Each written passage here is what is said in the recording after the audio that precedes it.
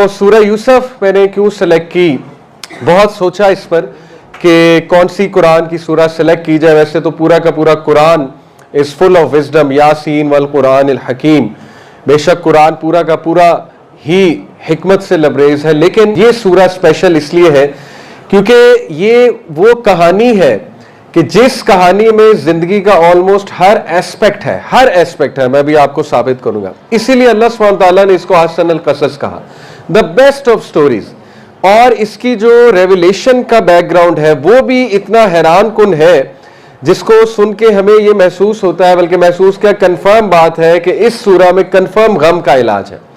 तो अगर किसी ने अल्लाह रब्बुल आलमीन की ज़ात पे अपने तवक्कुल को रिवाइव करना है, अपने ईमान को रिवाइव करना है, और इंसान ने दोबारा से अपने क्या कहना चाहिए कि अल्लाह के साथ ताल्लुक को रिवाइव करना है, तो सूरह यूसुफ इज द मोस्ट, मैं कहूँगा, नीड ऑफ द आवर सूरह, जिसमें हमें गौर व फिक्र करना चाहिए।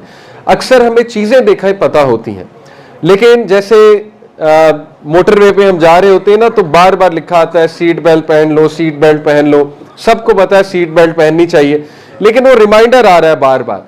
तो कुरान भी एक तज़किरा है, कुरान भी एक रिमाइंडर है। अल्लाह ताला ने कुरान में सूरह ताहा में ही कहा ना, ताहा मा अनज़लना अलैकल कुरान लितश्का इल्ला तज़किरतन लिमन यख्शा, कि ताहा, ये कुरान हमने आपको मुश्किल में डालने के लिए नाजिल नहीं किया, मुशक्कत में डालने के लिए नाजिल नहीं किया है, इल्ला तज़किरतन लिमन यख्शा। बट असल बात यह है कि ये तज़किरा है, ये रिमाइंडर है, और ये ऐसा रिमाइंडर है जो एक ऐसा इंसान जिसका दिल बुझ चुका है, जो डिमोटिवेटेड है, जो मोटिवेशन तलाश कर रहा है, जो मीनिंग तलाश कर रहा है, मकसद तलाश कर रहा है, जिसको अल्लाह के करीब होना है, तो उसके लिए इसमें बहुत बड़ी मोटिवेशन है, बहुत बड़ा तज़किरा है इस कुरान में।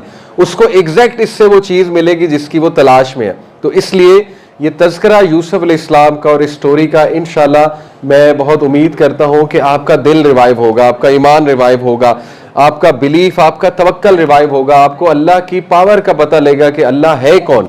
यकीन करें, जितना इस कहानी से अल्लाह रब्बुल आलमीन का तारुफ होता है और जितना अल्लाह रब्बुल आलमीन की पावर का एहसास होता है, किसी और स्टोरी से नहीं होता। इसीलिए इसको अहसन अल कसस कहा गया। तो सबसे पहले देखिए, बताना चाहूँगा कि ये एक अहसन अल कसस क्यों है, क्योंकि इसमें ज़िंदगी का हर एस्पेक्ट वो डिस्कस किया गया है। मिसाल के तौर पे पेरेंटिंग चैलेंज, एक पेरेंट इस स्टोरी से रिलेट कर सकता है, स्पेशली वो पेरेंट जिसकी औलाद में कुछ इख्तलाफात चल रहे हैं, या एक ऐसा पेरेंट जिसने अपने बच्चों की तरबियत बहुत अच्छी की, पूरी अपनी एफर्ट की, दीन सिखाया, लेकिन स्टिल उसके बच्चे थोड़ा दीन से हट गए, या उसके बच्चे थोड़े से डाइवर्ट हो गए। क्योंकि याकूब अलैहिस्सलाम से ज्यादा अच्छा फादर कौन था, और वो नबी भी थे।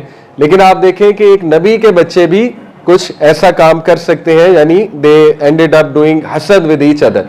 तो आप देखें कि ये स्टोरी एक पेरेंट बहुत रियलिस्टिकली रिलेट कर सकता है इस स्टोरी के साथ, और इस स्टोरी से एक पेरेंट पेरेंटिंग भी सीख सकता है, स्पेशली जो फादर्स हैं। ठीक है, पहली बात। दूसरी बात, इस स्टोरी में dealing with loss and personal setbacks का जिक्र है। ये तो हर बंदा रिलेट कर सकता है। कोई सिस्टर है, डिवोर्स से गुजर रही है, एक पर्सनल सेटबैक है, पर्सनल लॉस है। ठीक है, इसी तरह कोई हमारा भाई है, डिवोर्स से गुजर रहा है, पर्सनल सेटबैक है।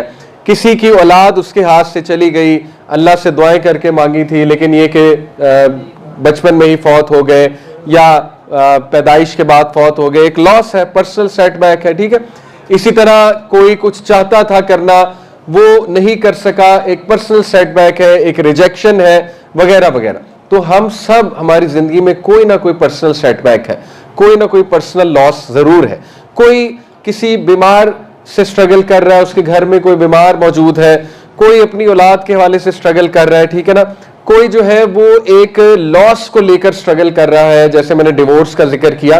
तो ये इसमें उनके लिए भी बहुत जबरदस्त लेसन है। उसके बाद नेविगेटिंग कॉम्प्लेक्स रिलेशनशिप्स, इस स्टोरी में आपको पता लगेगा कि टॉक्सिक रिलेशन से कैसे डील करना है, कॉम्प्लेक्स जो फैमिली कॉन्फ्लिक्ट्स होते हैं। और ये अगर देखें अंबिया की फैमिली में हो सकते हैं, तो किसी भी फैमिली में हो सकते हैं। ये बात बहुत जरूरी है समझना। और देखें, उन भाइयों ने, उनके भाइयों ने, यूसुफ सलाम के भाइयों ने आपस में हसद किया, यानी यूसुफ सलाम से हसद किया। और ये एक बहुत दर्दनाक और बहुत पेनफुल चीज थी याकूब अलैहिस्सलाम के लिए भी और यूसुफ अलैहिस्सलाम के लिए भी, टू सी कि अपने ब्लड ने किस तरह से उनके साथ ज्यादती की। तो इससे वो लोग भी रिलेट कर सकते हैं जो टॉक्सिक रिलेशन से गुजर रहे हैं, या आप कह लें ऐसे फैमिली कॉन्फ्लिक्ट से गुजर रहे हैं जो बहुत पेनफुल टू सी है। यानी अपना सगा भाई केस कर दे, अपने सगे भाई खिलाफ हो जाए, अपनी बहनें खिलाफ हो जाए, ठीक है ना, या हसद करने लगे, साजिश करने लगे, वगैरह वगैरह। इसी तरह एक और एस्पेक्ट इस स्टोरी का है, चैलेंजेस दैट अ यूथ में फेस। यानी एक ऐसा नौजवान जो अनएम्प्लॉयड है, एक ऐसा नौजवान जो स्कोप बनाना चाह रहा है, अपना स्कोप की तलाश में है कि मेरा स्कोप कहां पर है, वो भी यूसुफ अलैहिस्सलाम की स्टोरी से रिलेट कर सकता है। क्योंकि यूसुफ अलैहिस्सलाम जब कुएं में मौजूद थे तो दुनियावी तौर पे आप समझें कि उनका स्कोप नजर नहीं आ रहा था कि अब क्या बनेगा, ठीक है। एक बच्चा और उसको एज अ स्लेव बेचा जाता है, उनको एज अ स्लेव खरीदा जाता है। तो उस दौर में स्लेव की क्या जिंदगी होती थी वो आपकी सोच है, ठीक है। स्लेव के कोई राइट्स नहीं थे उस दौर में। स्लेव बनने का मतलब है आपकी जिंदगी गई, खत्म। लेकिन अल्लाह ने क्या खूबसूरत स्टोरी अल्लाह रब्बुल आलमीन ने मेंशन की कि एक स्लेव को उठा के किंग मैंने कैसे बना दिया। यानी आप सोचें कि पीक एग्जांपल अल्लाह ने दी है कि स्लेव को उठा के अल्लाह ताला किंग बना सकता है। अल्लाह की ये कुदरत है। तो अल्लाह आपका स्कोप क्यों नहीं बना सकता?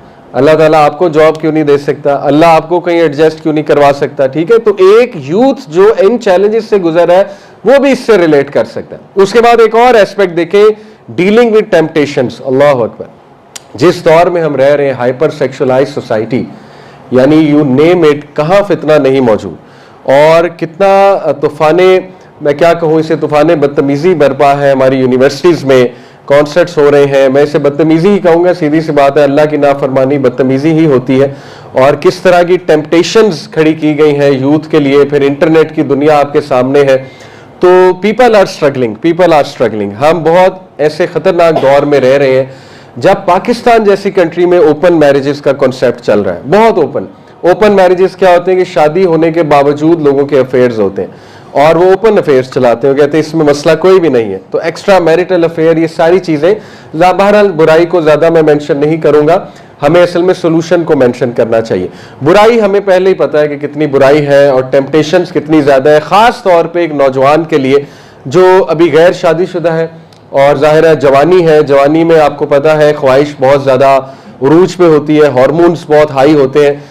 तो एक नौजवान भी बेहतरीन अंदाज में यूसुफ अलैहिस्सलाम से रिलेट कर सकते हैं, क्योंकि यूसुफ अलैहिस्सलाम भी नौजवान थे और वो इतने खूबसूरत थे कि दुनिया का आधा हुस्न उन्हें दिया गया था। हदीस में आता है ना, दुनिया का आधा हुस्न यूसुफ अलैहिस्सलाम में मौजूद था। तो he had every opportunity to slip to commit the sin, क्योंकि हैंडसम वो थे, कैरिज्मेटिक वो थे, वो औरत भी उन पर फिदा थी, ऑफर भी उसकी तरफ से थी। अल्लाह अकबर। अभी जब हम ये पैसेज डिस्कस करेंगे तो आप हैरान हो जाएंगे कि यूसुफ अलैहिस्सलाम जिस तरह घिरे हुए थे फितने से, कोई भी नहीं घिर सकता। सबसे ज्यादा जो फितने में मुब्तला थे उस वक्त यूसुफ अलैहिस्सलाम थे, अभी मैं आपको बताऊंगा। बट किस तरह अल्लाह ने उन्हें बचाया, ठीक है। तो डीलिंग विद टेम्पटेशन। उसके बाद एक और एस्पेक्ट इस स्टोरी का है कि होपलेस टाइम्स में होपफुल कैसे होना, ये बहुत खूबसूरत एस्पेक्ट है। इससे भी हर इंसान रिलेट कर सकता है कि जब उम्मीद जाती नजर आए, होप लूज जाता नजर आए, तो फिर तब होप कैसे पकड़ना है, तब क्या जुमले कहने हैं, तब अल्लाह की क्या तारीफ करनी है, वगैरह वगैरह। तो देखिए ये एस्पेक्ट भी है। और फिर कमाल का एस्पेक्ट है उन लोगों के लिए जिनसे खता हो जाती है, गलती हो जाती है। इस स्टोरी से वो लोग भी रिलेट कर सकते हैं। रिपेंटेंस और रिफॉर्मेशन भी है इसमें। आप देखें, अल्लाह ने भाइयों को बतौर विलन नहीं पेश किया, बल्कि क्या पेश किया कि एंड में उन्होंने अपनी गलती मानी और एंड में उन्होंने तौबा की। तो ऐसे लोग जिनसे गलती हो जाती, किसी के साथ ज्यादती हो जाती है, किसी की हक तलफी कर देते हैं, सिला रहमी नहीं कर पाते, राइट, और अपनों को कोई चोट पहुंचा देते हैं, कोई दुख दे देते हैं। हम इंसान हैं, हम सबसे गलतियां होती, किसी के साथ ज्यादती कर, उनके लिए भी होप है। उनके लिए क्या होप है कि जब यूसुफ अलैहिस्सलाम ने अपने भाइयों को माफ कर दिया और अल्लाह ने तो माफ कर दिया उन्हें, बल्कि आपको पता है कि कुछ मुफस्सिरीन का ये मौक़िफ़ है, आप हैरान हो जाएंगे। तफसीर इब्न कसीर पढ़े, कुछ मुफस्सिरीन का मौक़िफ़ है वो भाई बाद में नबी भी बने, यहां तक मौक़िफ़ है, ठीक है। तो कितना होप है इस स्टोरी में कि वही भाई जिन्होंने एनवी की, हसद किया और वो लड़कपन में थे, वो भी उस वक्त टीनेजर्स होंगे गालिबन, लेकिन बाद में आप देखें कि उन्हें माफ भी किया गया और उन्होंने रिपेंट भी किया। इसी तरह जो अजीज मिस्र की वाइफ है, उसने कितने बड़े बड़े गुनाह किए। यानी यूसुफ अलैहिस्सलाम को सेड्यूस करना ये छोटा गुनाह नहीं है औरत की तरफ से, एक मर्द को सेड्यूस करना, उसके बाद उसको ऑफर करना उस चीज की, ये भी बड़ा गुनाह है।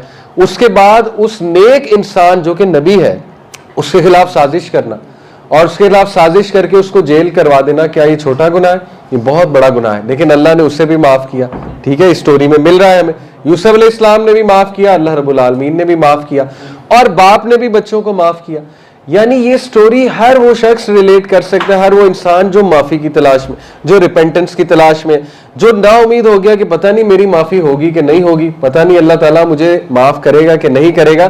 तो देखिए हर इंसान इस स्टोरी से रिलेट कर सकता है। और आखिरी जो एस्पेक्ट है इसका वो है कि अल्लाह चाहे तो खानदान में भी सुलह करवा देता है, यानी खानदान भी इससे रिलेट कर सकता है। चाहे जितनी मर्जी टफ सिचुएशन हो, अल्लाह चाहे तो रिकंसिलिएशन सबकी करवा देता है। जैसे अल्लाह ने याकूब अलैहिस्सलाम की आंखें ठंडी की कि उनकी सारी फैमिली को रिकंसाइल करके रीयूनाइट कर दिया।